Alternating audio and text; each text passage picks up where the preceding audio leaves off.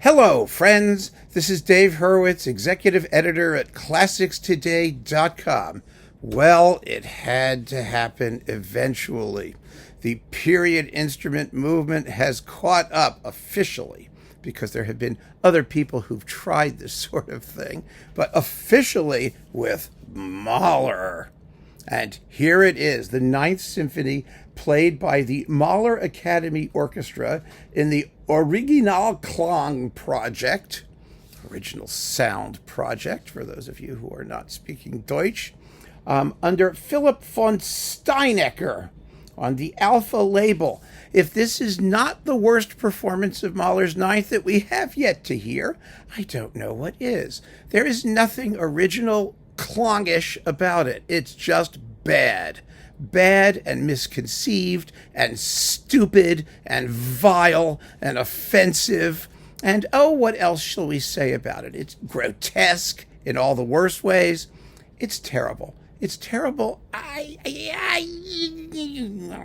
Okay.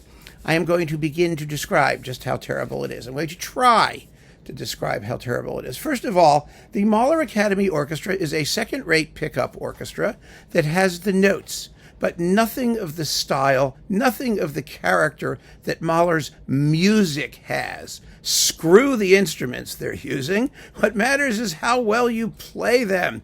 And yes, they play them. I mean, they do. But every single climax misfires here. Why? Because the brass suck.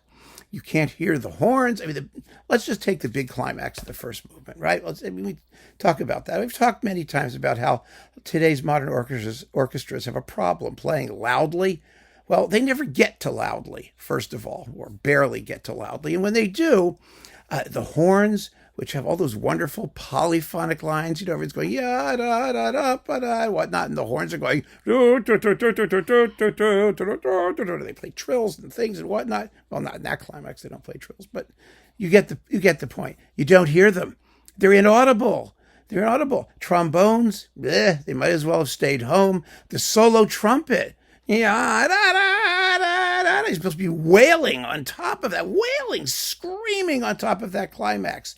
It's tinny and tiny and he doesn't penetrate. And then the big moment itself, when everything crashes down and it goes splat, and there's a double forte crash on the tam-tam. Oh, I'm sorry, there is no double forte crash on the tam-tam. It's inaudible. I mean, it's usually inaudible. But you'd think a period instrument group would be able to make the inaudible audible. That is their concept, after all. No, it's inaudible. And it's not together. It doesn't go pum, crash. It goes pachong, which is bad. Very, very bad. Oh, it's just horrid. Absolutely horrid. And time and time again, the same thing happens. The climax of the second movement, the waltz, where you're supposed to hear the trombones and tuba because they're doing vulgar things. And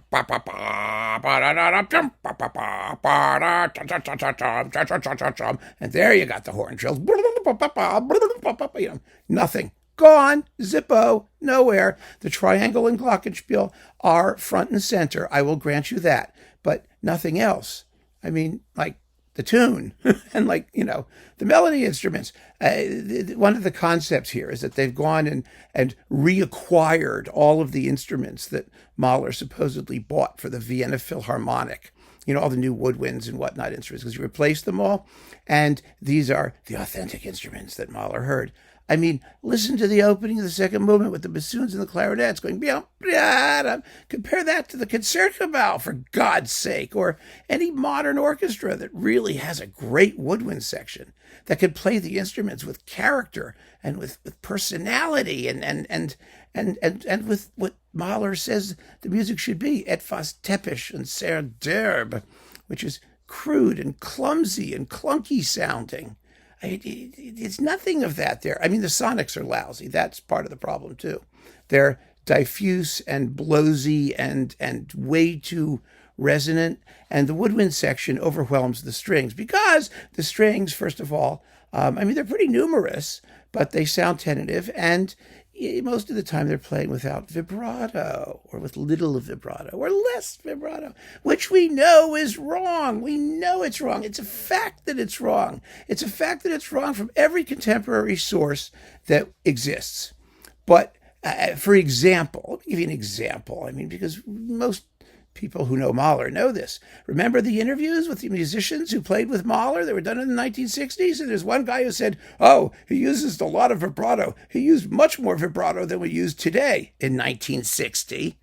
And he says, oh, well, whenever you had a lyrical tune, you had to sing and use lots of vibrato. Well, do they? No, of course they don't. The opening of the Adagio is as dead as those cold, dead episodes, which are supposed to be played without vibrato. I mean, they're supposed to be played without vibrato. That's absolutely, unbelievably, outrageously wrong.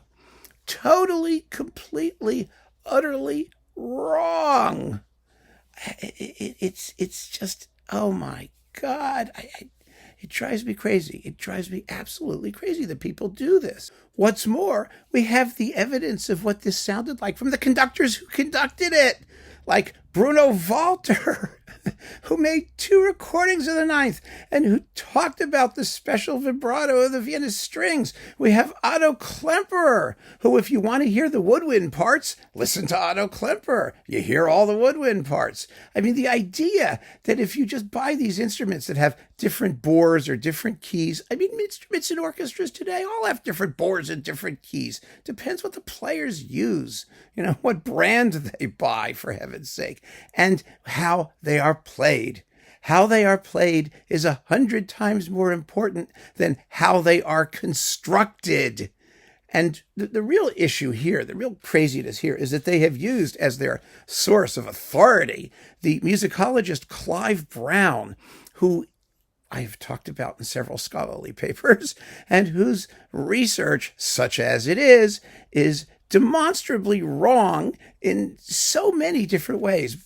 Brown is a Spohr scholar, and he's an authority, supposedly, on string performance practice in the classical period leading up to the early 19th century. And it's the stuff that he says, and the quality of his research is so pitiful that the fact that anybody would listen to this guy to put together a performance of Mahler is just nuts.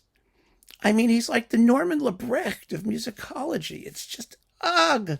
Anyway, but that's not the point. The point is that whoever they're listening to and whatever sources they're going to, none of that takes the place of a second-rate orchestra and a conductor. I mean, he's okay. I mean, he's all right. But, oh, God, that awful, awful sound at the beginning of the Adagio. I can't get it out of my ears. You need to, ream them out or something. It's just the Rondo Burlesca. Oh, the Rondo Burlesca. Oh, my goodness. Where all hell is breaking loose and you want to hear the horns. Yeah.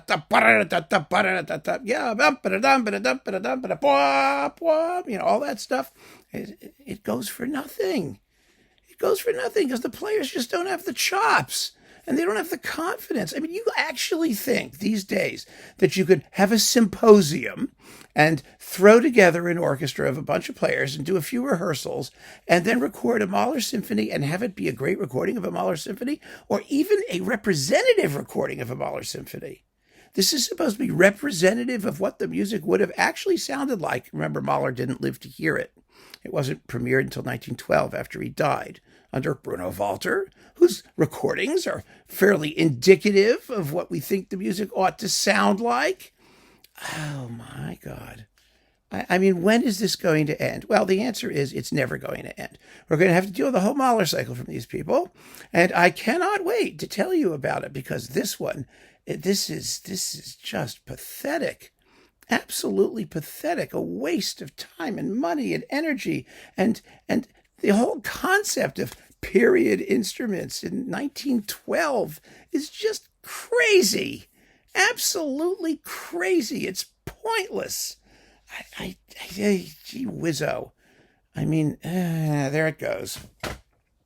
It's where it deserves to go. Horrendous. Absolutely horrendous. So I know some of you will want to go listen to it because, like me, horrendousness makes you curious. I mean, it does. It makes me very curious. Who knows? People may rush out and buy this because it's so awful. But ultimately, when you play Mahler Ninth, you're going to want to hear what Mahler intended.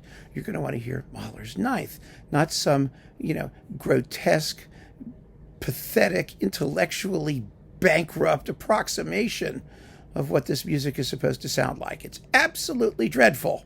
So just so you know, you've been warned. This is just going to be a farce. I can see it coming a mile away. Farce coming through the tunnel. The Farce Express is coming through the tunnel. Oh, dear. So there you go, friends. I mean, you heard it here first. Good luck. Keep on listening and take care.